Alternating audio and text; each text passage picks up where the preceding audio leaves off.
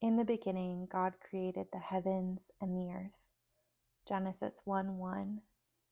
The Father was dreaming. I could see it in his eyes. The sparkle. It was there again.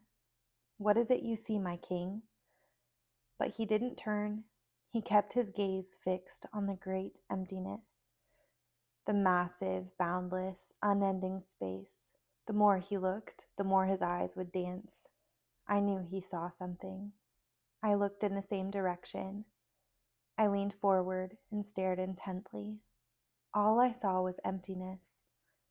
All I ever saw was emptiness. I hadn't seen the sphere that he had pulled out of the sky.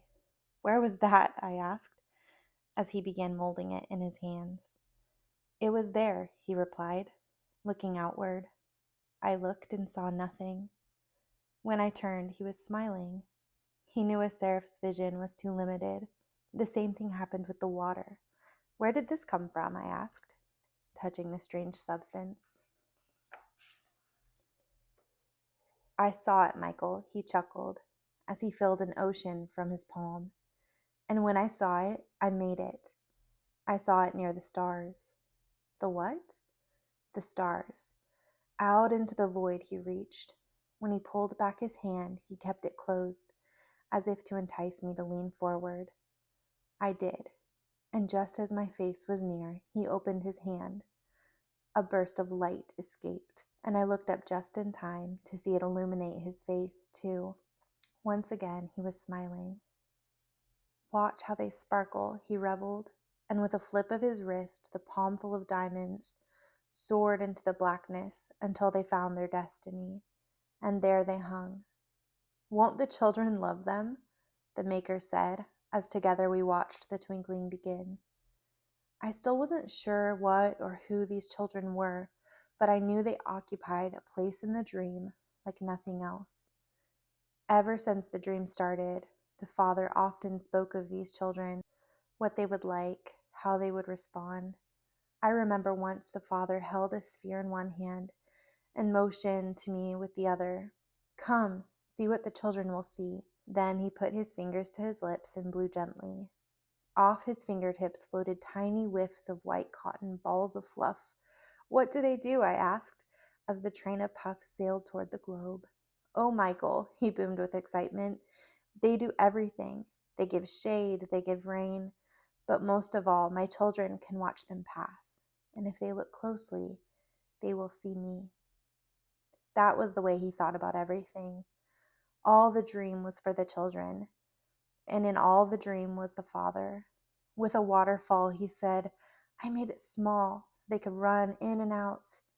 With the dandelion, this is just the right size for the children to blow. And the rivers in the canyon, they can sit right here and watch the water race into the valley. But where are the children? I once asked, looking into the same space from whence had come the rest of the dream. Oh, not there, responded the artist. There was urgency in his voice as he repeated, not out there. But that is all the Father said, and that's all that I asked. With the coming of the creatures, I almost forgot. We laughed so much as he made them. Each one was special. The tiny wing for the mosquito, the honk, so unlike any other sound for the goose, the shell for the turtle, the darting eyes of the owl. He even let me decorate a few. I put violet on the butterfly wings, and he loved my idea to stretch the elephant's nose. What fun it was as the heavens gave birth to fowl and fish, reptile and rodent. No more had the little one scurried off his palm than the giant ones appeared. He grabbed the giraffe and stretched its neck, and he put a hole in the whale's head, so it will come to the surface to breathe, and the children will see it. What will we call them all? I asked. I'll leave that up to the children.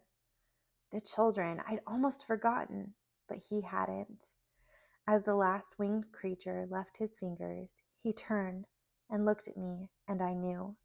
It's time? Yes, it's time. I expected to see his eyes dance again, but they didn't. I anticipated eagerness, but he didn't begin. For a long period, he sat, looking out into the void, longer than normal. Do you see the children? No, they can't be found out there. Then what do you see? I see their deeds. He spoke softly. The joy was gone from his voice. What? What is it? What is it you see? Perhaps it was because he thought I needed to know, or or maybe because he needed someone else to know. I'm not sure why, but he did what he had never done. He let me see. As if the sky were a curtain, he took it and pulled it back. Before I could see it, I could smell it. The stench stung my eyes. It's greed you smell, he explained. A love for foolish, empty things. I started to turn away, but my king didn't, so I didn't. I looked again. It was so dark, a darkness unlike the starless sky, a blackness unlike the void. This darkness moved, it crept, it shadowed, it swayed. It was a living soot. He knew my thoughts and spoke. His words were slow and paced. They will put it out.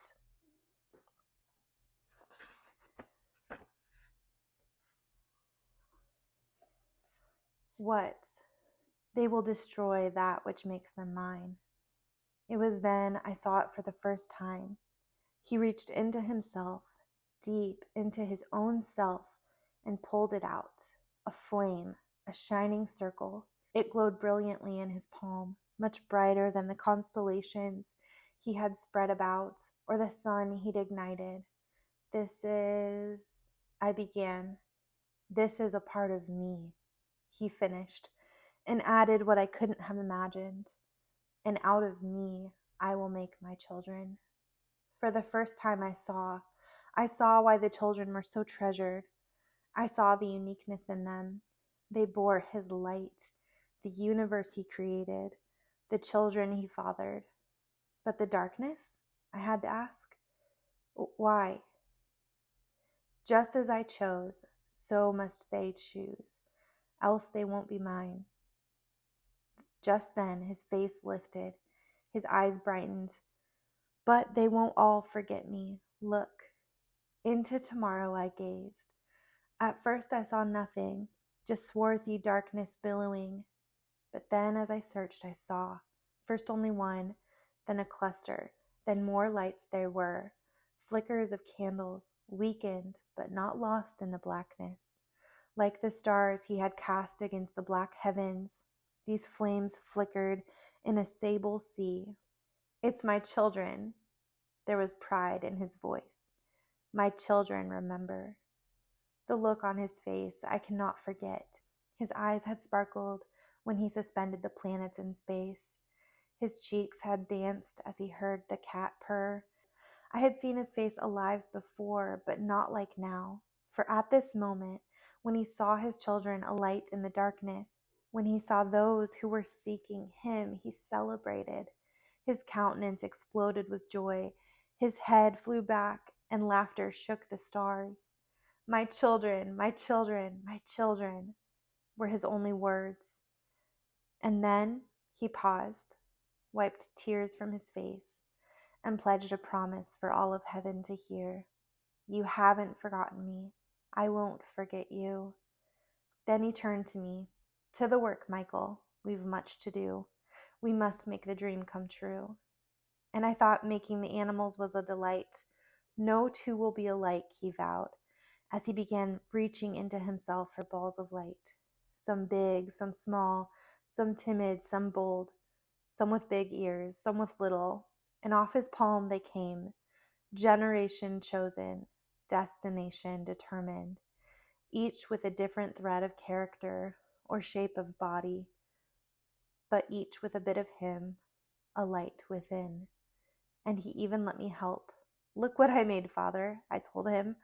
I call them freckles. Let me show you how they work. And he smiled.